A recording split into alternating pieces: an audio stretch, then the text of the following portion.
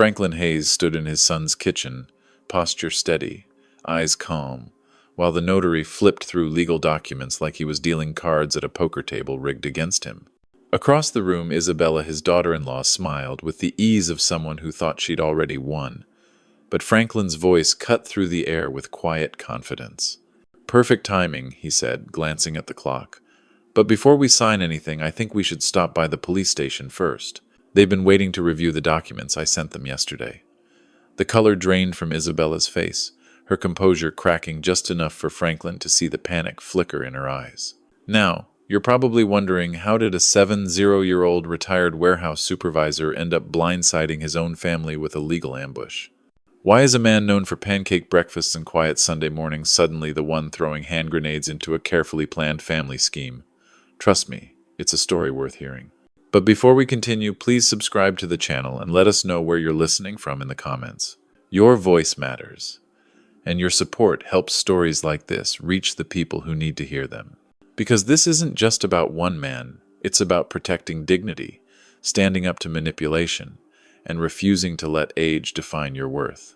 The journey that brought Franklin to that explosive moment began quietly, almost invisibly, with a wedding toast, a subtle humiliation, and a gift that turned into a trap. What followed was a masterclass in manipulation, betrayal wrapped in politeness, and a son who slowly forgot that the man who raised him wasn't a burden to be managed, but a life to be honored. What they didn't realize was that Franklin had been underestimated his whole life, and he'd grown used to playing the long game. And this time he was playing to win. 2 days earlier, Franklin had watched his only son, Daniel, marry Isabella in the same chapel where Franklin had once exchanged vows with his late wife nearly 4 decades ago. The setting was picturesque, the stained glass glowing, the organ swelling, Isabella radiant in her designer gown. Franklin had sat in the second pew, heart tight with hope, telling himself this union might finally bring a sense of peace to a family weathered by years of sacrifice. After all, Isabella was carrying his future grandson. That detail alone had been enough to silence the small voice in the back of his mind that whispered caution. He wanted to believe this was the beginning of something beautiful, but within 24 hours, that illusion would shatter in the most public and humiliating way imaginable. The reception was held at the West Hill Country Club, a place Franklin knew all too well. Years ago, he'd worked the night shift there, unloading trucks and bussing tables to help cover Daniel's college tuition.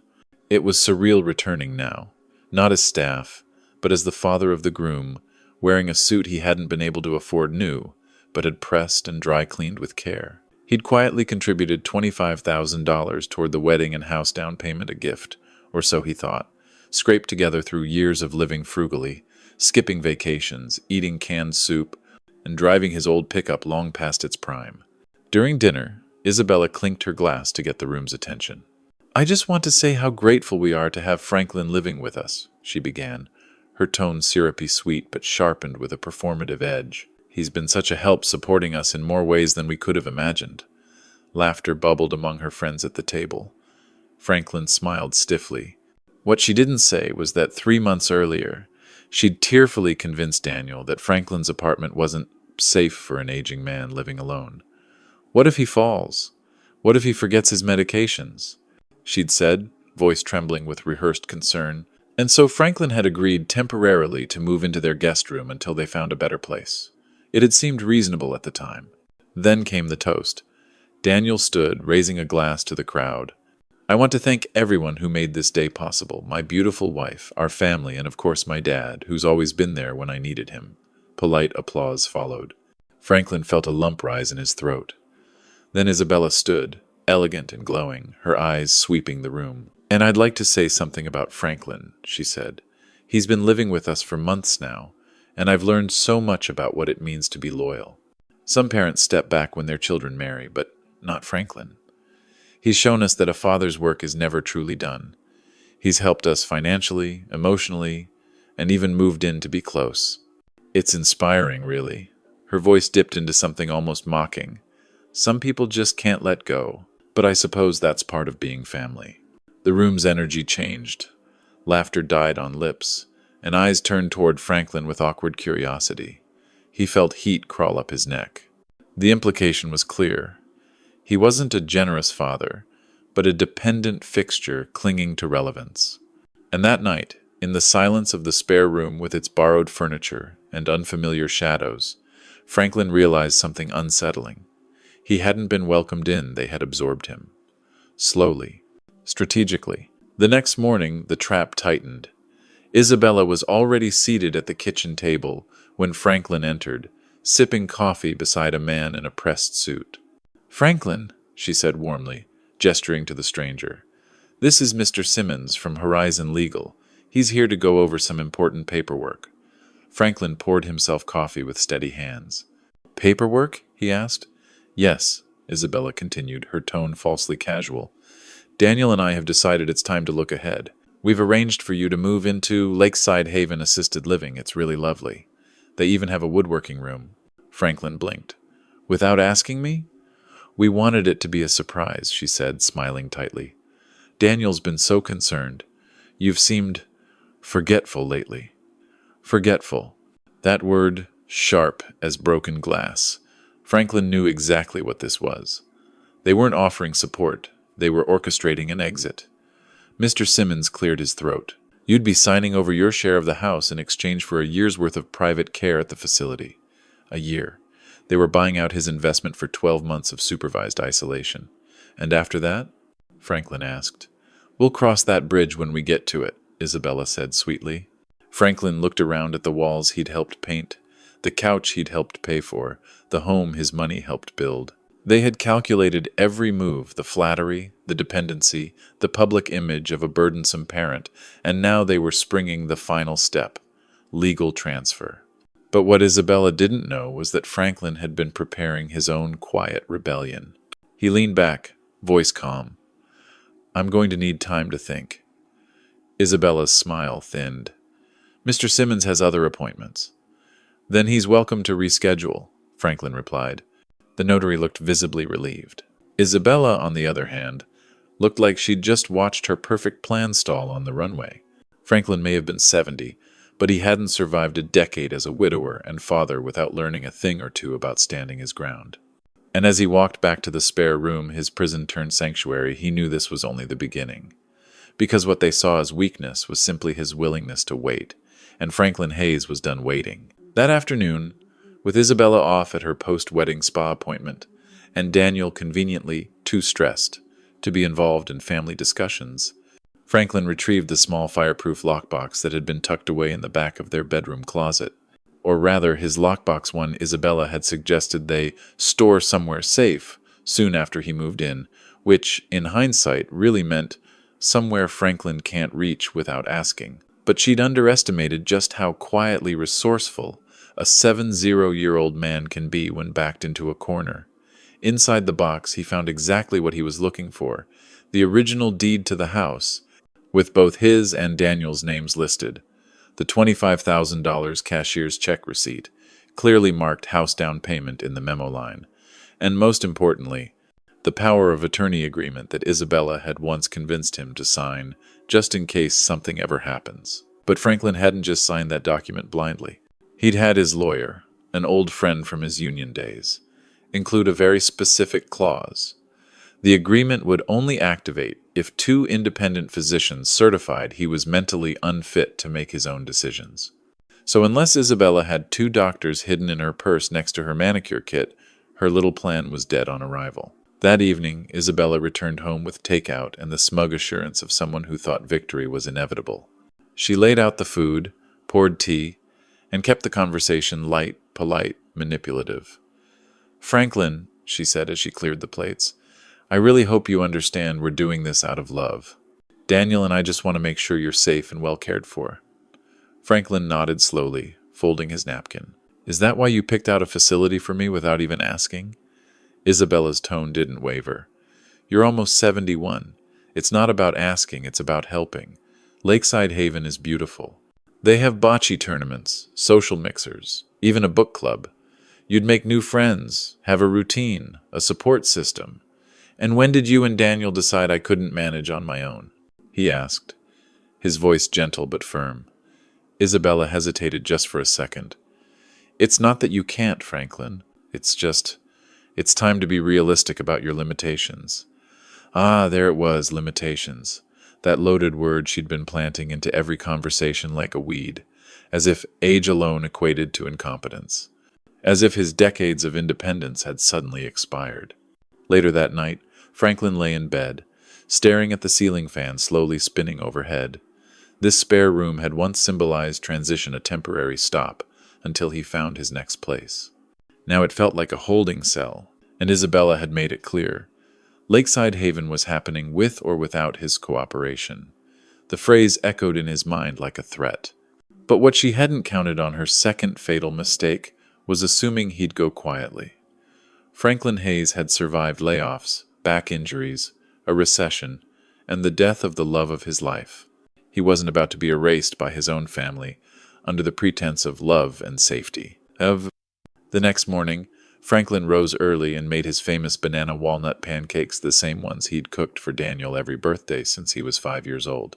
When Isabella came downstairs, silk robe cinched tight, hair perfectly tousled, she paused in surprise. "Wow, what's the occasion?" she asked, sliding into a chair. "Just felt like cooking," Franklin replied, flipping another pancake. "Hope you're hungry." She smiled, reaching for syrup. "Actually, this is perfect timing. Mr. Simmons can return this afternoon. We'll get everything signed, and then we can begin planning your move. I'm thinking we aim for next week, give you time to adjust." Franklin sat across from her, poured his coffee, and took a slow sip. "I've been thinking too," he said calmly. "Good. Then you understand why this is for the best." "Maybe," Franklin said. "But before I make a decision, I just have one question. What incident made you think I wasn't safe living alone?" Isabella blinked, fork midair. "Sorry? Was it a fall? A stove left on? Missed medication?" he pressed. "No single incident," she said, smoothing her tone. "It's about the overall picture. We've noticed confusion, forgetfulness, changes in mood. Daniel said you lost track of what day it was last week." Franklin raised an eyebrow. "I had the flu. For 3 days. And I still paid the water bill, scheduled a dentist appointment, and drove to the pharmacy without running over any mailboxes. That seems pretty competent to me." Isabella's smile had hardened. "Franklin, I don't want to argue. You're making this more difficult than it needs to be. Am I? Or are you just frustrated I'm not handing over the house like a good little senior?" Her jaw clenched. "This is about family." "No," Franklin said. "It's about control, and money, and convenience, but not love." He stood up and walked to the cabinet drawer, pulling out a small spiral notebook.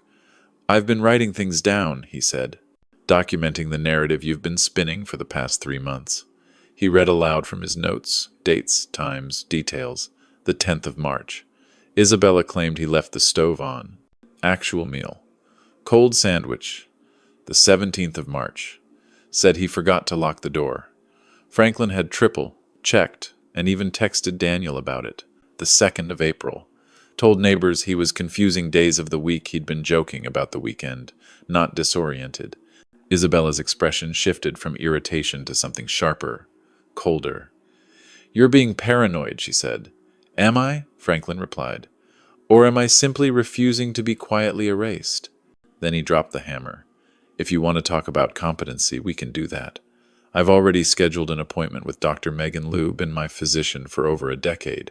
We'll get a full report on my mental health, memory, decision-making capacity. And if you'd like to come, I'm happy to invite a detective too. Elder fraud is no joke these days." For the first time, Isabella looked genuinely rattled. Her carefully constructed persona of concern had cracked. "Mr. Simmons arrives at 2, she said tightly. "Then I guess he's in for a surprise," Franklin replied. "Because the only thing I'm signing today is the receipt for the pancakes you just ate." He smiled, calm, grounded, unshakable. Isabella had played her game with precision and cruelty. But Franklin Hayes? He'd just taken back the board.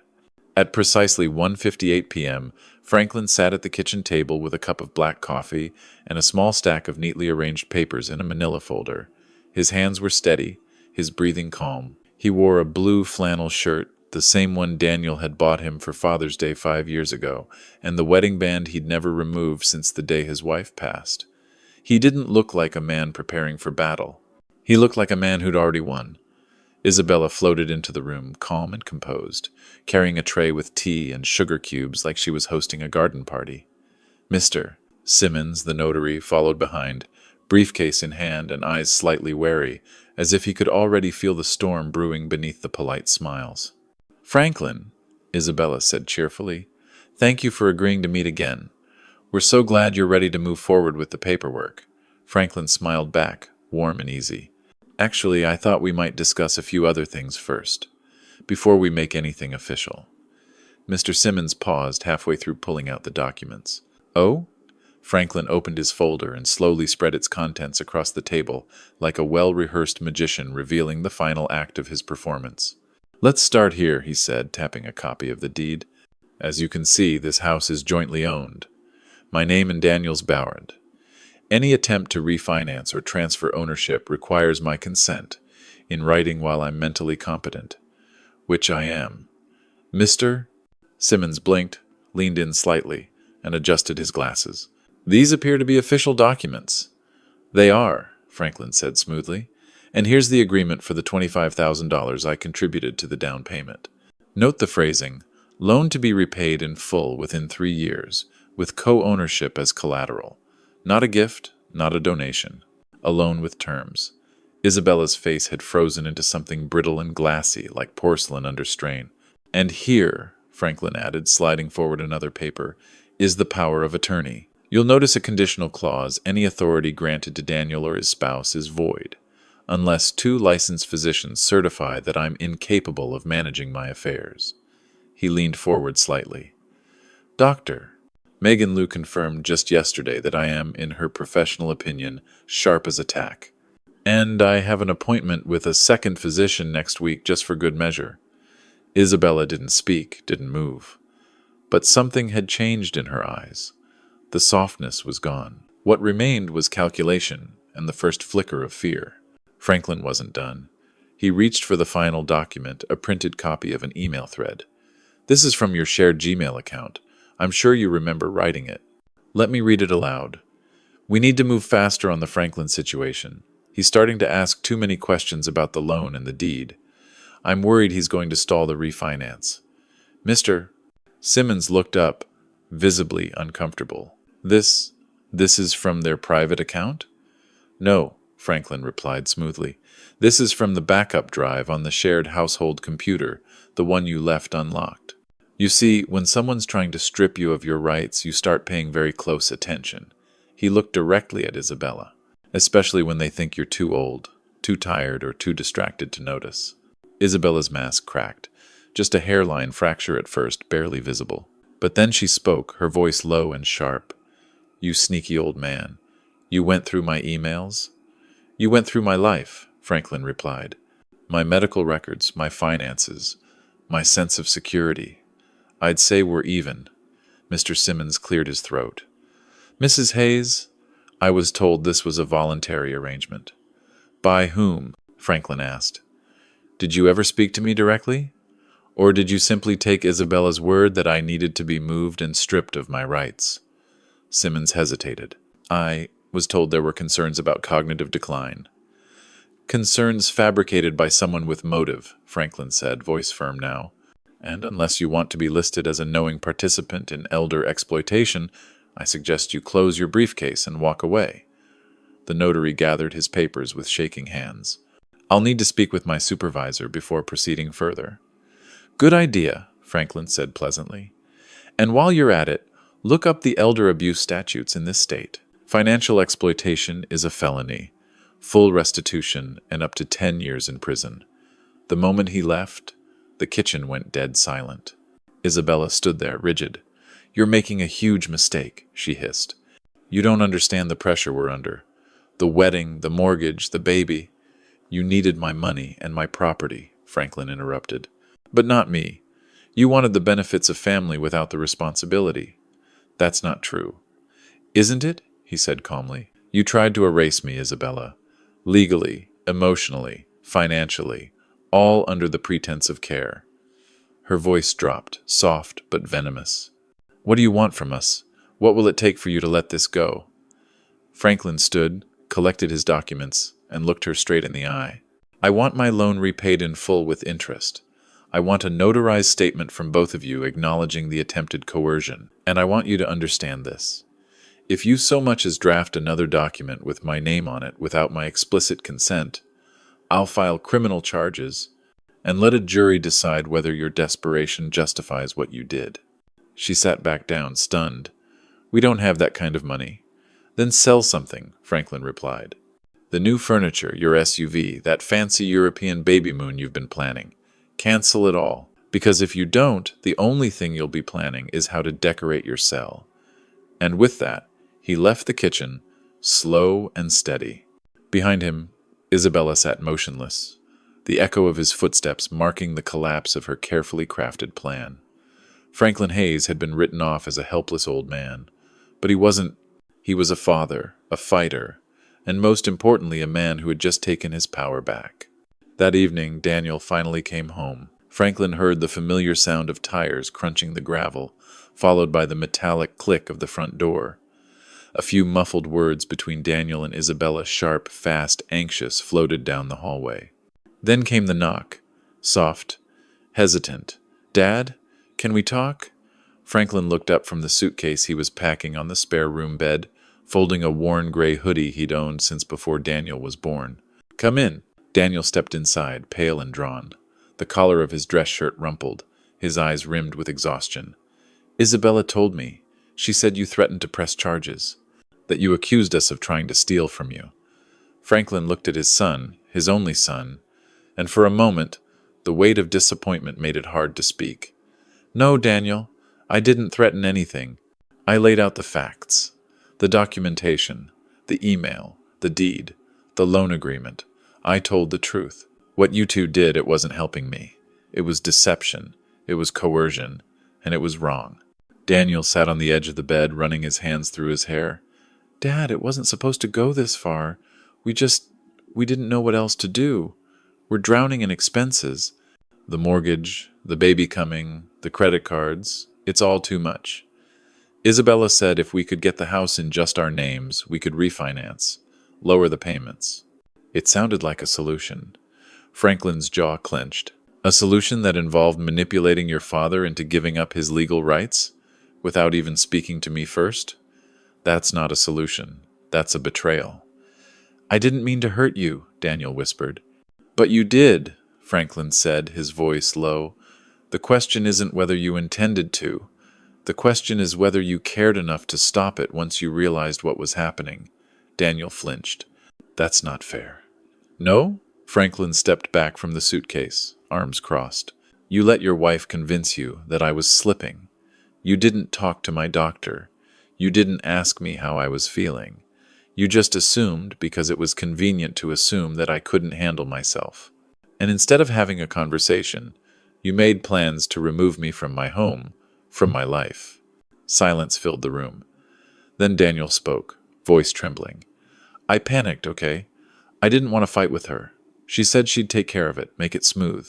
I told her we needed to involve you, but she said you'd never agree, unless we pushed." "She was right," Franklin said. "I wouldn't have agreed, because I'm not incompetent. And because what you two were trying to do wasn't just pushy, it was criminal." Daniel looked away, shame plain on his face. "What are you going to do?" "I'm moving out tomorrow," Franklin said. "I've already found a one-bedroom across town. Quiet place, big windows, no manipulation included. You don't have to go." "Yes," Franklin interrupted gently. "I do. I can't live in a house where I have to lock up my own papers, where I'm seen as a liability instead of a father. And you're going to figure out how to repay that loan. You have 30 days to propose a plan. If I don't see one, I file a civil claim." Daniel nodded slowly, tears glinting in his eyes. "I understand." Franklin softened, just a little. "Daniel, I've loved you since the moment I first held you in my arms. I've worked myself to the bone to give you a better life. I skipped meals, skipped vacations, skipped sleep. But love doesn't mean letting people hurt you, even family." Daniel covered his face with his hands. "I've made a mess of everything." "Yes," Franklin said quietly, "but messes can be cleaned up if you're willing to face them honestly." The next morning, Franklin rose before dawn. He packed his last bag, loaded his truck, and took one final look around the house he'd helped buy. The walls were still his color, the tools in the garage still his, the kitchen still had his handwriting on the spice jars. But the spirit of the place? That had been lost. And he wasn't going to chase it anymore. Across town, the apartment was modest but clean. It overlooked a park where older folks played chess and toddlers ran barefoot on spring grass. Within a week, Franklin knew half the building by name. Mrs. Klein in 4B loved to bake zucchini bread. Harold on the third floor had a golden retriever that always barked at squirrels. It wasn't the life he'd imagined for retirement, but it was peaceful, honest, free. Daniel didn't call for the first 2 weeks. Isabella didn't call at all. Franklin didn't expect her to. What he did expect, however, was accountability. And when, on day 29, he received an email from Daniel with the subject line, "Repayment plan, please review," Franklin allowed himself the faintest smile. It wasn't redemption. Not yet. But it was a start. He'd faced betrayal, humiliation, and the slow erosion of trust. But in the end, Franklin Hayes had reclaimed something far more valuable than money or property. He'd reclaimed his dignity, his voice, his power. And in a world that too often assumes age is weakness, that alone was a victory worth everything. 3 weeks later, Franklin was sitting on his modest balcony, nursing a mug of coffee while watching the neighborhood kids race their scooters down the sidewalk, when the building's intercom buzzed. "Mr. Hayes, you have a visitor," came the voice of Mrs. Klein from the lobby. He wasn't expecting anyone, but curiosity stirred something in his gut. Moments later, when he opened the door, a tall woman in her early 70s stood there, dressed in a tailored navy coat and holding a casserole dish covered in foil.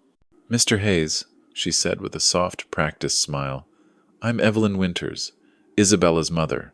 Franklin studied her for a long beat. She didn't look like the type to show up unannounced. Everything about her screamed control, poise, precision. But her eyes gave her away. They were weary, not tired from age, but from disappointment. "Come in," Franklin said simply, stepping aside. "Casserole? Beef and barley. It's the only thing I still know how to make without checking a recipe." They sat in his small living room. Sunlight filtered through gauzy curtains, casting a warm glow on the simple wooden table where Evelyn finally placed the dish. "Why are you here?" Franklin asked after pouring tea. "To apologize," she said plainly, "and to try to make this right." Franklin arched an eyebrow. "You didn't push your daughter into doing what she did." Evelyn's gaze didn't waver. "No, but I failed to stop her, failed to raise her better. I made excuses when she was younger. She's strong-willed, clever, just ambitious. But ambition without conscience is a dangerous thing." She reached into her handbag and pulled out a thick envelope. "This is $25,000, cash. I'm here to repay the loan my daughter tried to steal." Franklin didn't reach for it. "You don't owe me that." "No," she agreed. "But Isabella won't. And I can't live with myself unless I try to repair the damage she caused." Franklin exhaled, feeling the weight of her sincerity. "She's pregnant," he said quietly. "That child didn't ask for any of this." "No, he didn't," Evelyn replied. "But that child will need family. And one day, he'll need the truth. Not the sugar-coated version Isabella tells herself, but the truth about manipulation, responsibility, and consequence." "Oh." Franklin finally reached for the envelope and placed it carefully on the table without opening it. "What happens next?" Evelyn looked out the window, her expression distant. "That depends. On Daniel. On the courts. On whether Isabella doubles down or learns something from this. But as for me, I'll be part of my grandson's life. And if you'll allow it, I'd like to be part of yours too." Franklin wasn't expecting that. He had braced for awkwardness, maybe even confrontation. But here sat a woman who had the backbone to look horror in the eye and still choose decency. "You're welcome here any time," he said at last. "Just don't expect zucchini bread. That's Mrs. Klein's department." They both chuckled, the sound more healing than either expected. As Evelyn stood to leave, she paused in the doorway. "Franklin, thank you for not letting her get away with it." He gave a small nod. "I didn't do it for vengeance. I did it to remind her and Daniel that respect isn't optional, it's earned. And no one, no matter how desperate, has the right to steal someone's autonomy. Evelyn smiled, this time with a hint of peace. Then maybe you taught her the one lesson I never could. As the door clicked shut behind her, Franklin stood in the quiet and looked out at the park across the street. Spring had begun creeping in the trees budding, the wind softer, the world beginning again. He wasn't sure what the next chapter held, but for the first time in months, he was turning the page on his own terms. It was just after 7 a.m. on a rainy Tuesday when the knock came. Franklin wasn't there to hear it. He was already at the community center, sipping coffee with Harold and a few other retirees, discussing whether the neighborhood should finally put up speed bumps on Oak Street. But Detective Kevin Tran was there, standing at Daniel and Isabella's front door, flanked by 2 uniformed officers. Isabella, halfway through curling her hair for a prenatal appointment, answered in leggings and a silk robe. The expression on her face when Detective Tran read her rights was, as he would later describe to Franklin, a blend of indignation and disbelief, with just the faintest crack of dread. As the handcuffs clicked into place, Isabella's first words were, "This is Franklin's fault, isn't it?" Even in the moment of her reckoning, she still couldn't say the word dad, couldn't call him family, because for Isabella, family had never meant love. It had meant opportunity, leverage, currency. When Franklin got the call later that morning, it wasn't from Isabella, it was from Daniel. His voice trembled across the line like the remnants of a man clinging to a version of his life that had just shattered. "Dad," he whispered. "They arrested her. The neighbors saw everything. She's pregnant. What were you thinking?" Franklin closed his eyes and let the silence sit for a few long beats before answering. "I was thinking," he said calmly, "that your wife tried to steal my home, my savings, and my legal autonomy. I was thinking that if she did this to me, she could do it to someone else. Again. And I wasn't going to let her." Daniel didn't answer right away. The line buzzed with dead air. Then finally, "The lawyer says she could face prison. For a long time. How can you be so calm about destroying our family?" Franklin felt the words hit like stones against his ribs, but he'd already braced himself for this. "I didn't destroy our family, Daniel. Isabella did. I just refused to pretend it wasn't happening." Later that afternoon, Detective Tran called again. "We're digging into her history now," he said, his tone clipped and professional. "Turns out your complaint wasn't her first rodeo." Franklin sat up straighter. "Go on." "We've found 3 other elderly individuals she had relationships with before she met Daniel.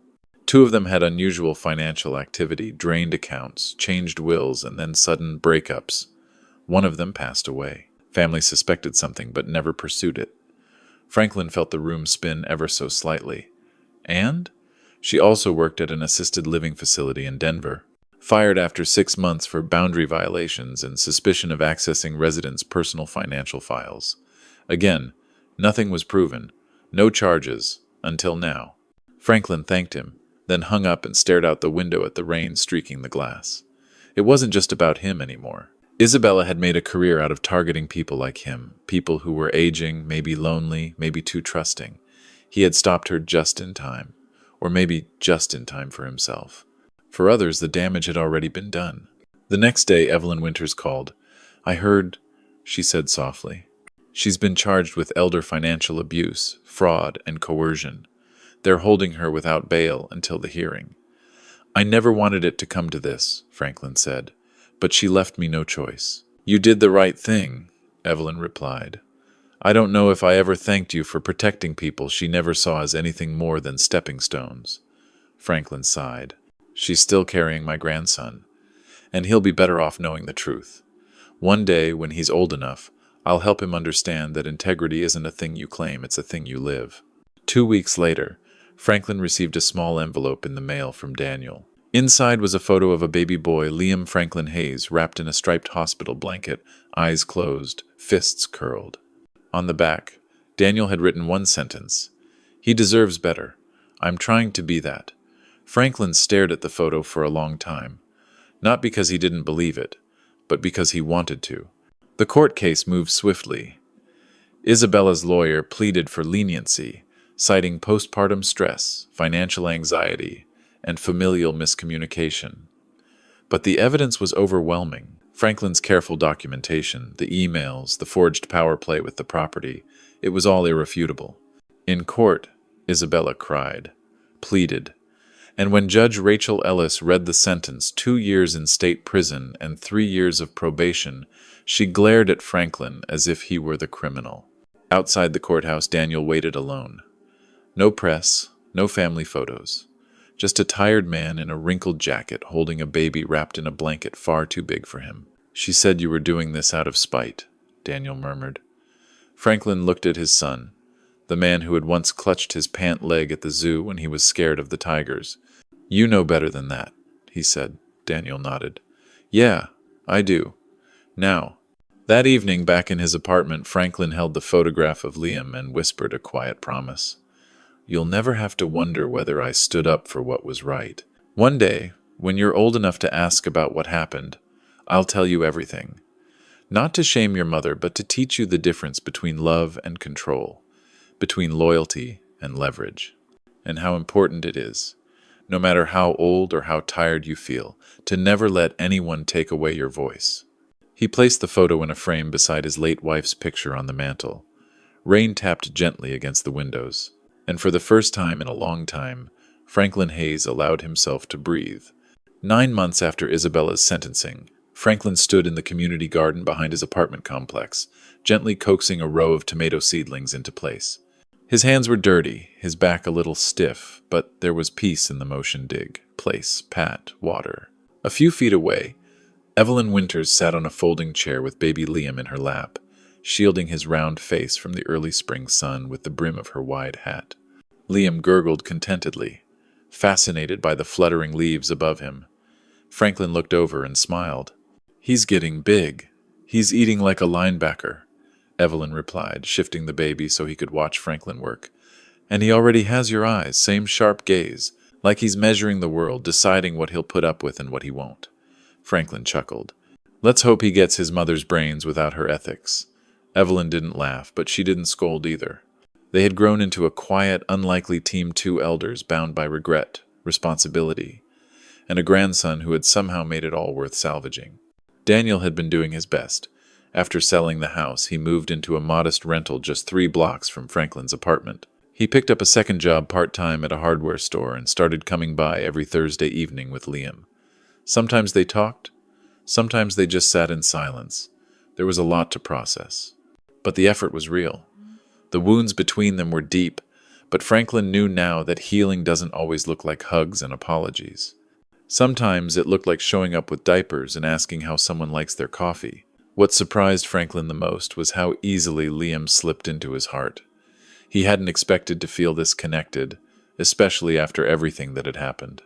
But every time that little boy wrapped his chubby fingers around Franklin's thumb, or let out a hiccup-laced laugh, the bitterness inside him softened just a little more. He found himself planning toy shelves, measuring the living room for a playpen, and researching the safest car seats, not because he had to, but because it gave him purpose again.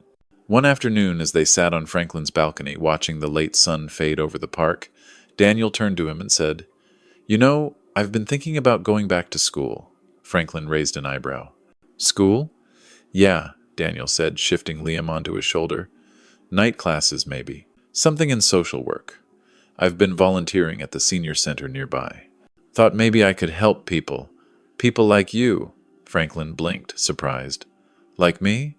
People who almost get steamrolled because they're too trusting. Or too alone. He hesitated. I've learned a lot this year. About what manipulation looks like when it wears a friendly face. And about what accountability really costs. Franklin nodded slowly, not trusting himself to speak right away. But pride bloomed quietly in his chest. Maybe it had taken the worst possible betrayal to get Daniel here, but he was here now, earning his way back. Not just into Franklin's life, but into a better version of himself. That night, after they left, Franklin sat down at his kitchen table and began writing a letter. It wasn't for Daniel or Evelyn or even the courts. It was for Liam. He wasn't sure when the boy would read it, maybe when he turned 18, maybe earlier, but Franklin knew the time would come when questions would be asked, stories would be softened, and someone would try to make sense of the fracture in his family tree. He wanted the truth preserved not in anger but in wisdom. He wrote about love, the kind that gives freely but doesn't surrender dignity, about boundaries, and how setting them isn't cruelty, it's self-respect. He wrote about how being elderly doesn't mean being expendable, and how people will sometimes mask greed with concern and call it love. Most of all, he wrote about the importance of listening to your gut, even when the world is telling you to be quiet. And at the very end, he wrote, "You don't owe people blind forgiveness, Liam. Not even family. But you owe yourself peace. Find it, guard it, and never trade it for someone else's comfort." He folded the letter, sealed it in an envelope, and tucked it into a small wooden box, along with a copy of the loan agreement, a photo of him and Liam at the garden, and a worn-out keychain that once belonged to Daniel's first bike. A time capsule. A testament. A week later, on a Sunday afternoon, Franklin and Daniel took Liam to the park. As they sat on the bench, watching Evelyn guide Liam's tiny hands through the grass, Daniel turned to his father. "Do you think you'll ever forgive her?" he asked quietly. Franklin didn't answer right away. He watched Liam, babbling happily in the clover, and let the moment settle. "I don't think forgiveness is about wiping the slate clean," he said finally. "It's about putting down the weight. I'm not there yet, but I'm not carrying her anymore. That's a start." Daniel nodded, eyes damp. "Thank you for not giving up on me." Franklin reached out and clapped a hand on his shoulder. "You never gave me a reason to. You just forgot who raised you. But I see you coming back to yourself now." The sun dipped lower, casting a golden haze across the field. Liam toddled toward them on unsteady feet, giggling, arms outstretched.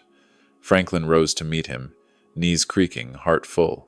He knelt just in time to catch the boy in his arms.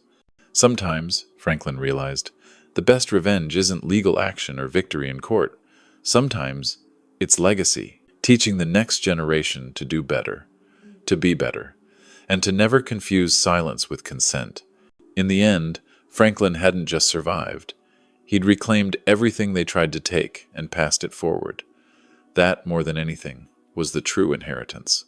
6 months later, the courthouse felt colder than Franklin remembered. The marble floors echoed under his footsteps as he made his way to the back row of the courtroom, his presence quiet but resolute.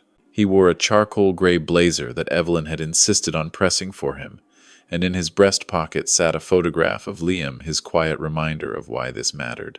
Across the aisle sat Isabella, flanked by her defense attorney. Her hair pulled back severely, face bare of the usual layers of polish and performance.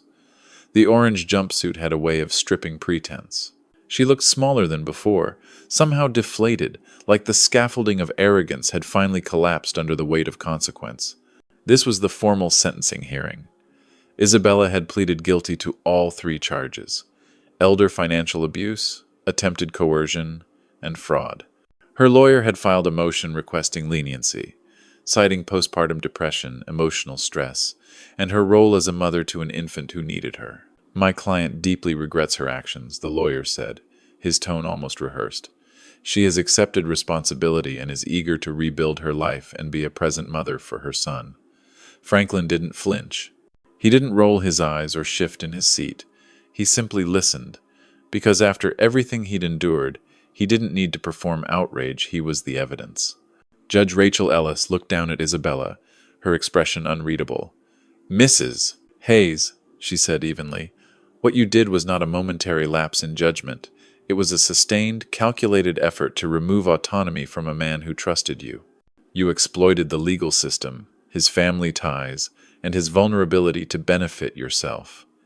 Isabella's eyes glistened, but Franklin saw no real remorse, only fear.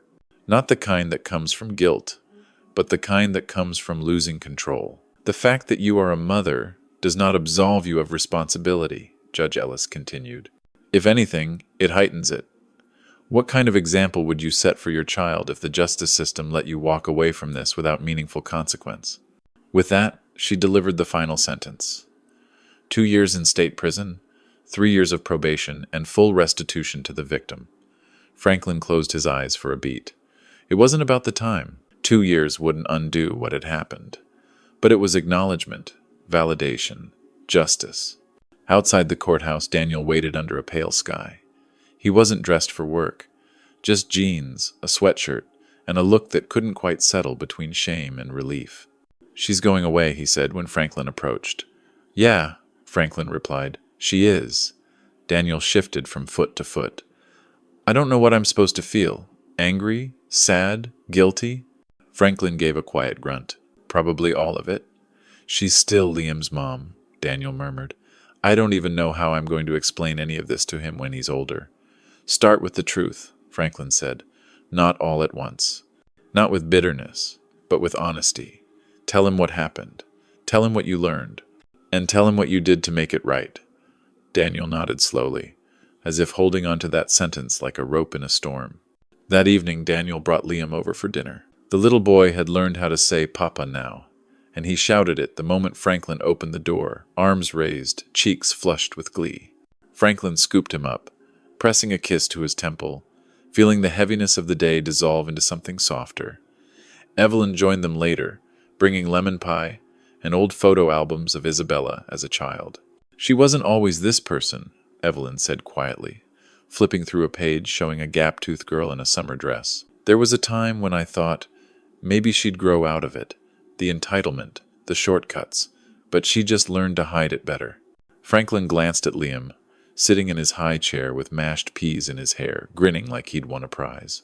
"He doesn't have to inherit that," Franklin said. "We don't get to choose our beginnings, but we damn sure get to influence the path that follows." That night, after the dishes were washed and Liam was asleep in the crib Franklin kept in his second bedroom, Daniel and his father sat on the balcony in the quiet. "You know," Daniel said, voice soft, "I used to think strength meant pushing through, keeping quiet, pretending things were okay. But watching you how you handled all of this, it made me realize that strength is about boundaries, about saying no, even when it breaks your heart." Franklin looked out over the darkened park, the streetlights casting soft amber circles on the grass. "You don't have to be perfect," he said, "just honest, and brave enough to keep going, even when the people around you get it wrong." Daniel leaned back, exhaling. "I think I finally understand that, and I want to teach Liam that too." "Then you're already doing better than you were," Franklin said, "and that's all any of us can ask." "Oh." Later, when Daniel had gone home and the apartment was quiet, Franklin stood by the crib, watching Liam sleep. His tiny chest rose and fell with the rhythm of peace, untouched by the chaos that had preceded him. Franklin reached down and gently tucked the blanket around his grandson. "You've got a long road ahead of you, little man," he whispered, "but you've got people now, real people, who'll teach you how to walk it with your head held high." In that moment, Franklin understood something profound. Justice wasn't the end of the journey. It was the beginning of something better, something lasting, something earned. And Liam would grow up knowing that truth, not because of what had been taken, but because of what had been reclaimed. 3 weeks later, Franklin received a letter in the mail, not typed, not formal, but handwritten in looping script that stumbled in places, like the writer wasn't sure how to land certain thoughts. The envelope bore no return address, but Franklin recognized the careful penmanship immediately. Isabella. He stood at his kitchen counter for a full 10 minutes before opening it, unsure if he wanted to read apologies crafted by a lawyer, manipulations disguised as sorrow, or self-pity wrapped in maternal concern. But when he finally unfolded the pages, what he found was silence. 3 pages, front and back, every line filled, but not a single excuse. The letter didn't ask for forgiveness. It didn't beg. It didn't deny. It simply acknowledged. Isabella detailed the moment she realized she was no longer just bending the truth to survive, but actively destroying people who had trusted her. She didn't justify her actions, she named them. "I didn't respect boundaries, Franklin. I saw your independence as something in the way, not something to protect.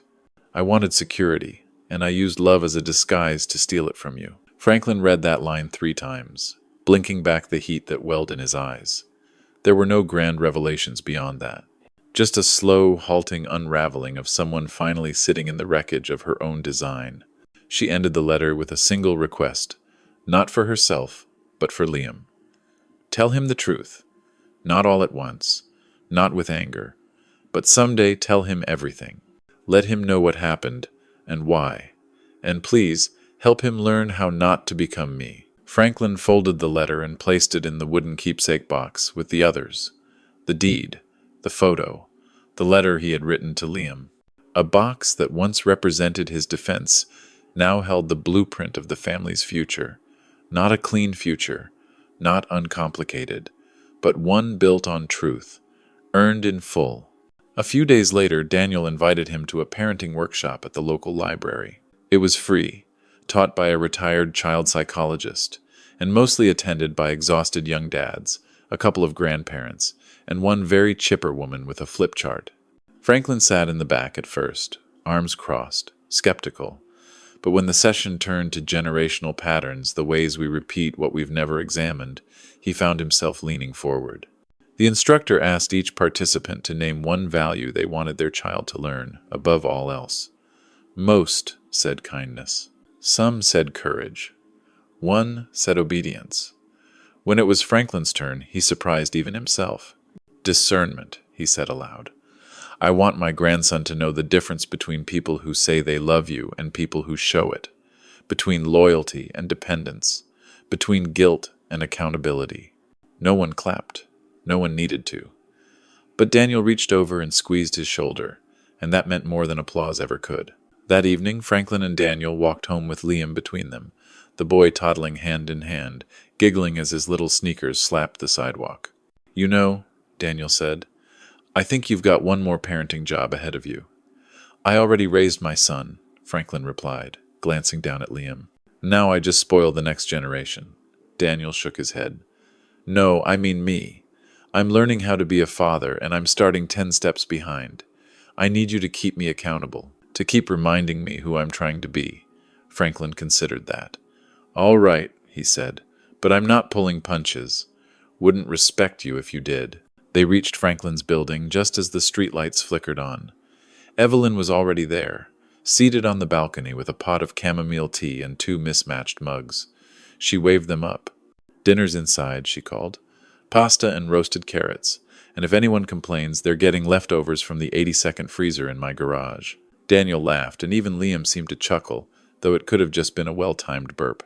Over dinner, they talked about nothing important, the neighbor's cat who kept stealing gardening gloves, a new park opening downtown. Liam's newest word, no, shouted gleefully, as toddlers do. But beneath it all, a current of quiet healing flowed. There was no pretending anymore. No forced smiles.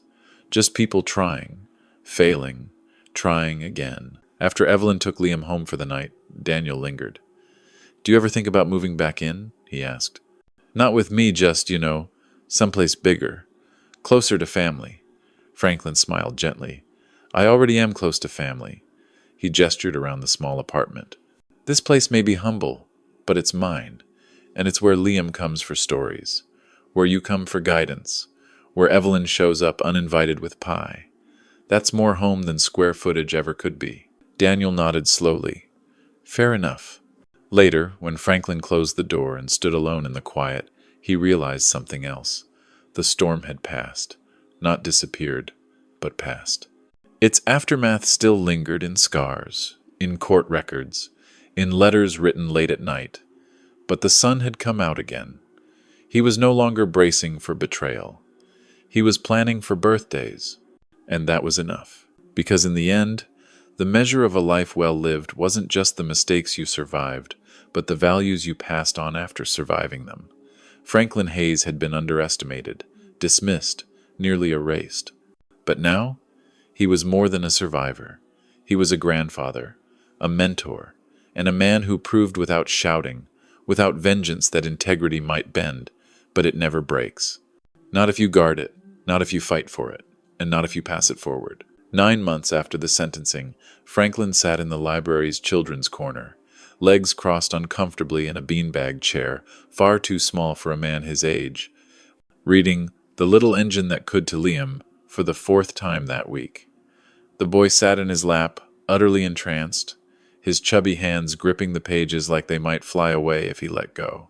I think I can, Franklin read, lowering his voice to a dramatic whisper. Liam giggled, clapping his hands like it was the funniest thing in the world.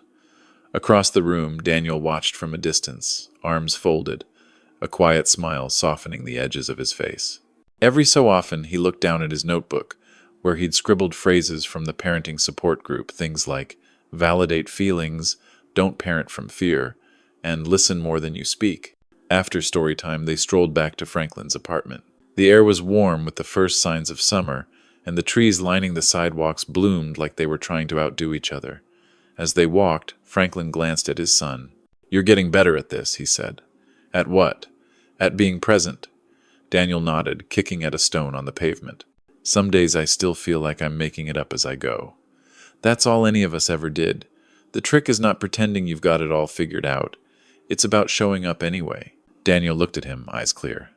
"You showed up, even when we made it hard," Franklin shrugged. "That's what parents do." That evening, after Liam was tucked into bed in the spare room and Daniel had gone home, Franklin stood in the kitchen rinsing dishes when the phone rang. It was Evelyn.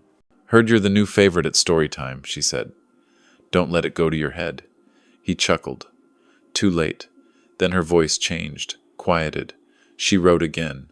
From prison. Franklin dried his hands slowly. "What did she say?"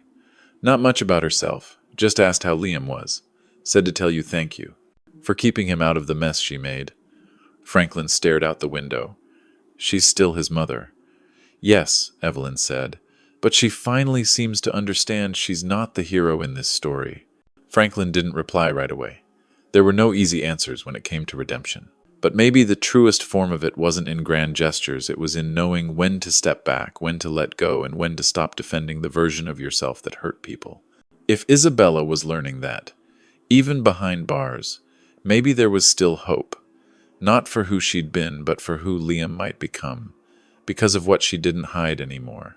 He ended the call and walked into the spare room, where Liam slept curled up in a tangle of stuffed animals and fleece blankets. Franklin sat beside the crib, gently brushing a hand over the boy's soft hair.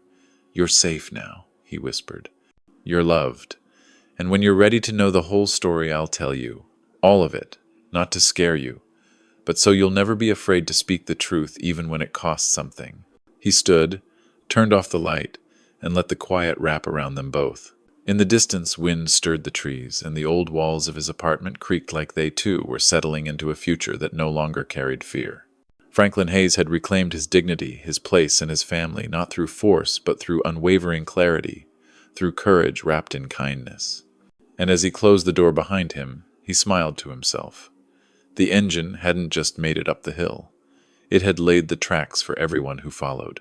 Thanks for being here and following along with Franklin's story. A story about resilience, boundaries, and the quiet strength it takes to stand your ground when others try to erase it. If this resonated with you, if you've ever felt underestimated, overlooked, or pressured to give more than you should, you're not alone, and this space is for you.